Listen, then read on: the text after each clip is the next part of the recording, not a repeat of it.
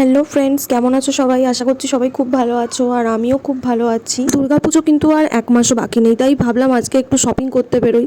এর আগেও কিন্তু আমি দুদিন শপিং করতে গিয়েছিলাম, কিন্তু গিয়ে আমার কিছুই পছন্দ হচ্ছিল না। কোথাও কোনো দোকানে গিয়ে আমার কিছু পছন্দ হচ্ছে না। দুর্গাপুজোয় আমি কী ড্রেস নেব কী নেব, আমার মাথা এবারে পুরো ব্ল্যাঙ্ক। দোকানে গিয়ে আমি যেটাই দেখছি সেটাই পছন্দ হচ্ছে না। আসল ব্যাপারটা হচ্ছে এই বছর আমার বাড়ি থেকে বেরোতেই ভালো লাগছে না। মানে কেনাকাটা করতে তো ইচ্ছা করছে, কিন্তু বাড়ি থেকে বেরোতে ইচ্ছা করছে না। মনে হচ্ছে দোকানের সব জামা কাপড় আমার বাড়িতে কেউ নিয়ে আসুক, আর আমি বাড়িতে বসে দেখে দেখে কিনি। আমার একদমই ভালো লাগছে না কোথাও যেতে। শরীরে প্রচণ্ড ল্যাদ লাগছে, মনে হচ্ছে সারাদিন শুধু শুয়ে থাকি আর শুয়ে থাকি। তবে ভাগ্যিস বেরিয়েছিলাম, বেরিয়ে তো দেখছি মানুষজন এমনই সেজেগুজে বেরিয়েছে, মনে হচ্ছে ঠাকুর দেখতেই বেরিয়ে পড়েছে। আমি তো ভাবছি আজকে কিছু একটা কিনে আমাকে ফিরতেই হবে, কারণ পুজো সত্যিই এসে গেছে।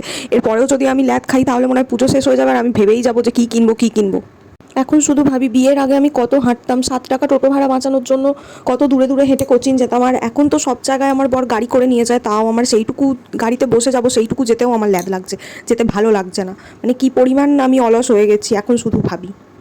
যাই হোক, অনেক ঘুরে অবশেষে আমার একটা ড্রেস পছন্দ হয়েছে, সেটাই নিয়েছি। তবে একটা ড্রেসে তো আর পুজো চলে না, আর বাড়ি থেকে বেরোতেও ভালো লাগছে না, তাই জুতোগুলো অনলাইনেই অর্ডার করে দিয়েছি।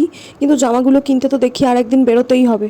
এই রকম ক্লান্ত মন নিয়ে আমি কি করে যে পুজোয় হেঁটে হেঁটে ঠাকুর দেখবো কে জানে। যতই গাড়ি নিয়ে ঠাকুর দেখতে বেরোই, প্যান্ডেল থেকে দুর্গা প্রতিমা অবধি তো হাঁটতেই হবে, তাই না?